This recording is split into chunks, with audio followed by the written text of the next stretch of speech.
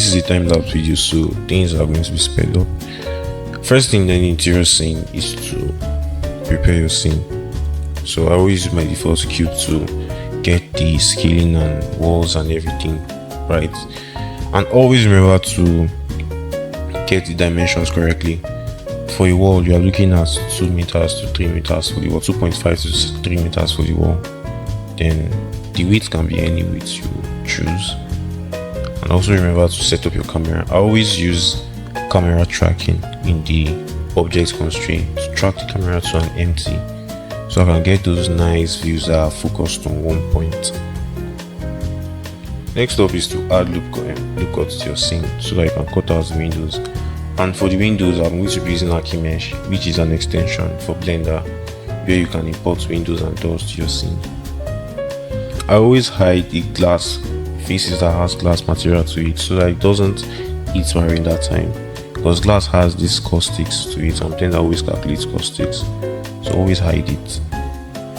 Next thing I did was to add this sphere. The reason why I added this was because I needed the material to override all the textures in Blender, because I do this to get my lighting properly, where the dark sides, light, bright sides, without any material affecting or changing the look of everything.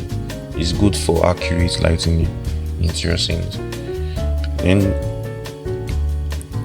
this is how it looks like with the sky texture enabled. So you can just change the settings in the properties tab to get the sun angle, sun intensity and everything. Then I added more look cuts to the scene so that it's going to match that of the reference. That's the wall that is protruding out, the ceiling, you can see. Extrude those ones out. Then these ones too, I had to extrude them because I just wanted this kind of like light to bleed into the scene. If you notice some of these interior scenes, they have these LED lights that are coming out from parts of the wall or parts of the ceiling. You don't see the strip itself, you don't see the light itself, but you see kind of like the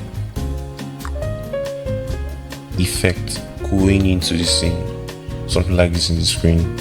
So next is to use Blenderkit, almighty Blenderkit, to get curtains for the scene. You can see how I'm searching looking for the best one to use, right? Well, I ended up going to Sketchfab to check. I didn't even see anything on Sketchfab because you just low poly curtains in Sketchfab, so I ended up using something like this. It's different from the one in the reference though, but it's similar. I didn't want to do exact copy of the reference, though it was my render, but I just wanted something different. And for this, it was too thick, it was occupying a lot of space, so I had to use proportional editing to move that part of the curtain inward, something like that. I had to move it in. Now the curtain needed a place to kind of like rest in, kind of like a home or a section for it. So I extruded the top there to contain the curtain. And since this is a Blenderkit tutorial, I used Blenderkit for most of my assets. The couch, the rug, curtain, even the asset table. Though the table was modded there, but every other thing, the flowers and everything, was from Blenderkit. So this is the modeling process for the table. It wasn't really hard, though I used the mirror modifier twice to mirror it on the X and Y axis, so I can focus on one quarter of the table. So that if I can focus on one quarter of the table, I can get all the quarters correctly. So first thing is to add a subdivision surface. Try and tweak just one corner of the table. Then you can add the bevel modifier under it. Then for the leg, I used the circle and extruded basically just shape it to look like a peel. I added 2 of it, one to bevel it, because when you bevel it, I needed space between the leg itself and the space for the table. So I added 2 of it. You can see when I extruded this one, separated them, just press B, they separate by selection. I had to bevel it. The one I used to bevel it, I hid it, hide in render view too. Then the second one, you can see I use it to form the actual leg. Then I can bevel the edges and use it for the actual table. Then set origin. The origin should be the same origin with the table. So when you add your mirror modifier, it's going to apply on all the 4 parts of the table. So this is me creating the rug. The rug was from Blenderkit 2. It had particle system, so I had to work on the particles. Then you can add maybe elements for the wall and for the shelf. These ones are easy to make, just the plane, then you can extrude it and make it be like a shelf.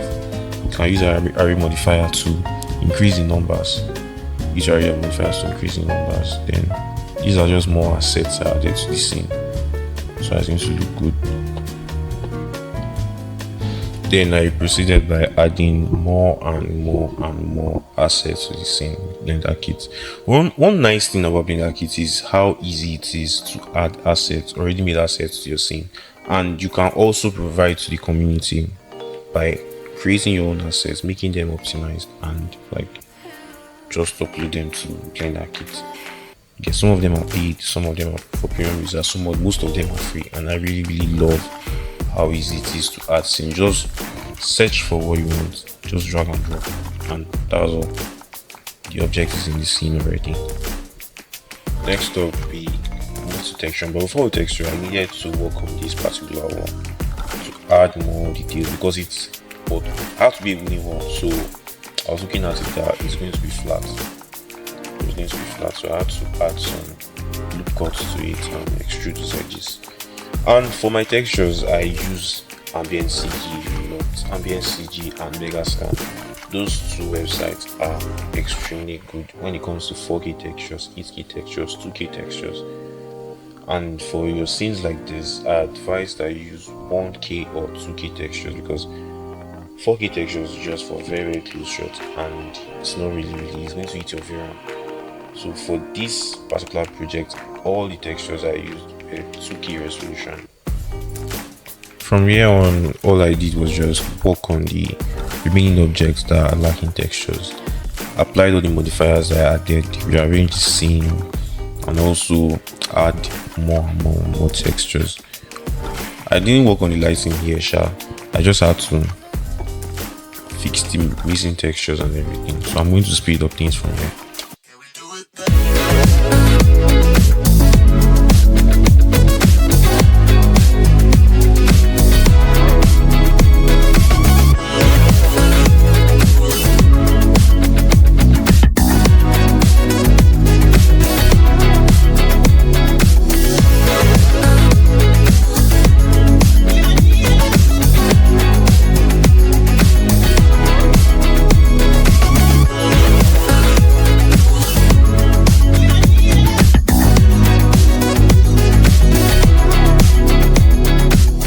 So after adding a lot of things to the scene, it was time to start fixing the render. So my favorite way of rendering and getting the samples I need is by looking at the darkest part of my render. That's just the room. Create the bounding box, Ctrl B to create the bounding box. Just highlight part of that place, then click on render image. So you can just tweak the samples until you get a sample that it's almost clear. Because if you look at Blender, the way it renders, if you have sample of 300 and you have sample of 400, if you notice the difference, that is difference between the rendered image, which is 300, and the difference between the rendered image, which is 400. If it's not really that much, then it's just best to go with 300 so that you can reduce your render time drastically. So for the camera animation, it was a very simple but repetitive process.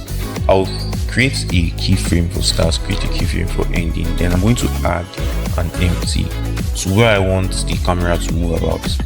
Then you select your camera, go to your object constraint, go to track 2, then under track 2 you select the empty you created, so that when you move your camera, it's going to rotate about that empty. So I did it for each and every of my camera views. I had 7 camera views set up. I had 7 shots for this render. If you found this video helpful, please like and subscribe to this channel, and put down words in the comment section so that I can know those parts in Blender where I should focus on for you guys. Thank you.